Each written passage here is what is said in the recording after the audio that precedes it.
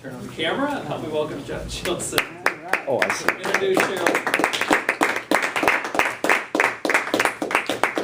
Thanks. Today, Cheryl is working on a project from Specialty Speeches. This is an advanced manual. I believe, Cheryl, you're working on your Advanced Communicator Silver. Right. That's excellent. This is actually one of the most interesting speeches, I think, in all of Toastmasters. We're all used to avoiding gaucherie during table topics, but this whole project is to speak impromptu. A 5 to 7 minute speech, essentially off the cuff.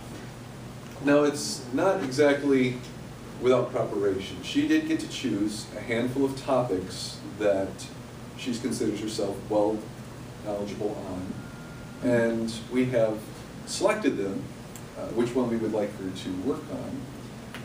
And that is the essence of this assignment. But it's a great skill. And if you ever find yourself stuck on your competent communicator, or maybe you're an off-the-cuff kind of speaker, this might be an approach you can use to sort of roll through some of those projects. Just 5 to 7 minutes, I can speak on this topic. And see if you can give a logically produced speech on that topic that your audience can follow. Of course, this is a great skill for anywhere else in business. Somebody's going to come to you and say, hey, can you talk about this or that? And the meeting's right now. With that, please welcome Cheryl to speak about parenting teens. Cheryl Ketchens.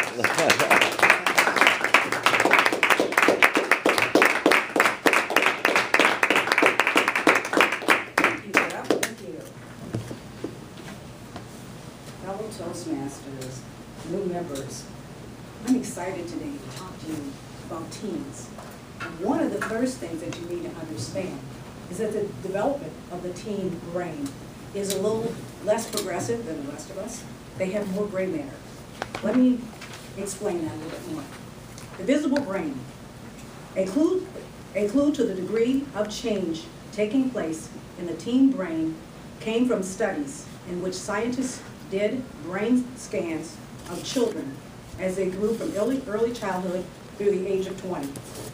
The scans revealed, unexpectedly, late changes in the volume of gray matter in the teen brain, which forms the thin, folding outer layer of the cortex of the brain. So what this in essence means is that a teen's brain really doesn't become full developed until at the age of 20. So with that in mind, understanding that a teen doesn't really have that ability to make those really decisive decisions that they should, which explains a lot of their emotional behavior, their social behaviors. They don't really have the skills yet to make those kind of decisions. What do I know about teens? I've got 20 plus years of working with teens.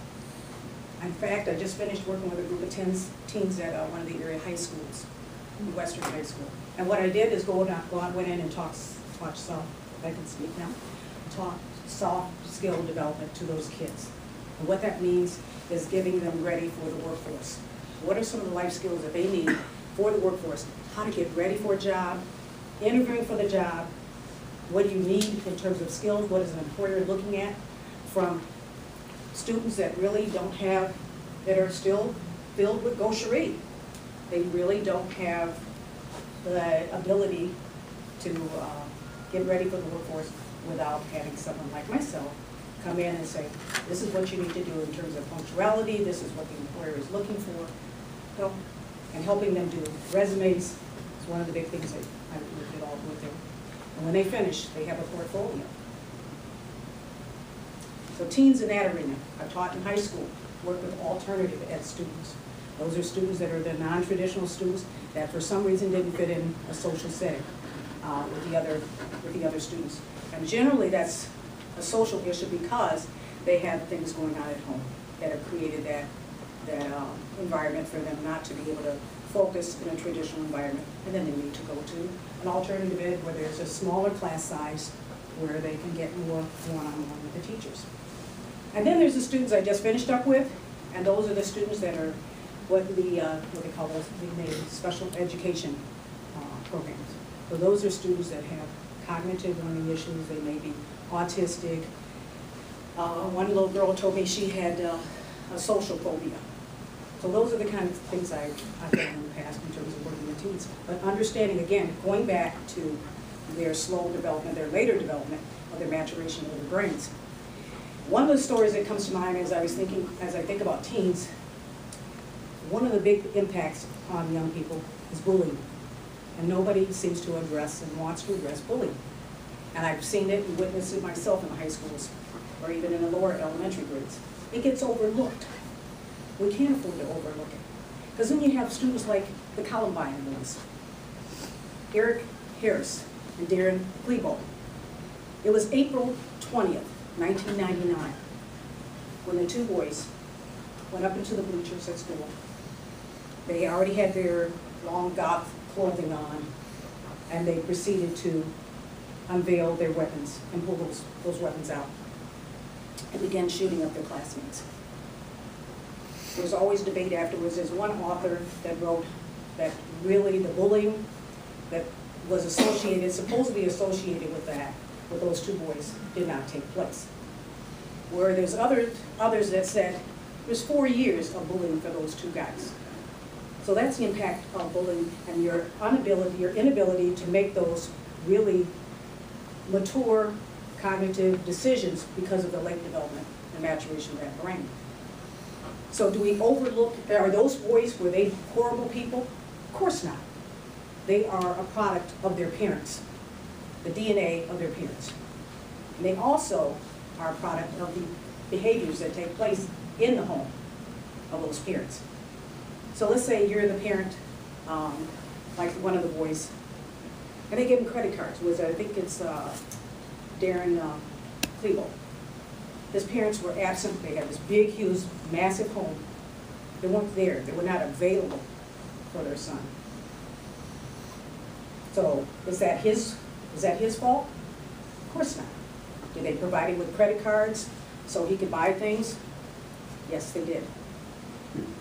So in the essence, the parents were vacant from their child's life.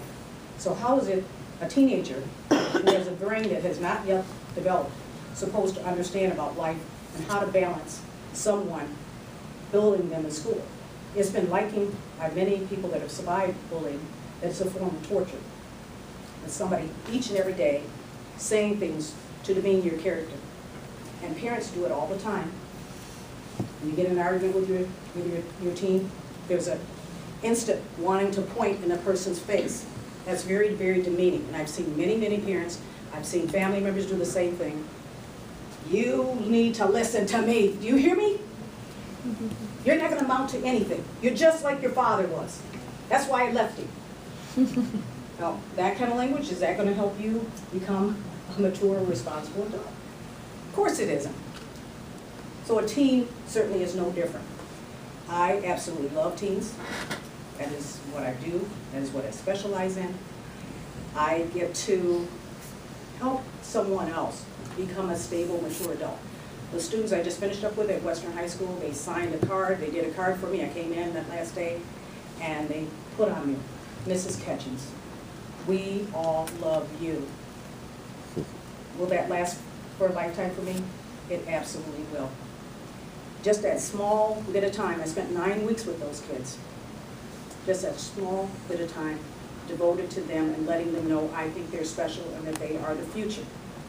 Makes all the difference in the world and how you can affect a teen's life. Embrace them, start embracing them here, all the way up. And that's what I did with my own children. I practice what I preach. I love teens. You should too. They're a valuable asset, and we just need to help them develop that brain at a slow pace as we understand our own brains develop, and some of the decision-making needs to help come from us. Thank you.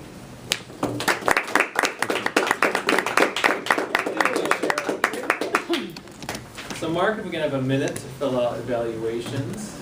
I see we have evaluations for our new members. That's good.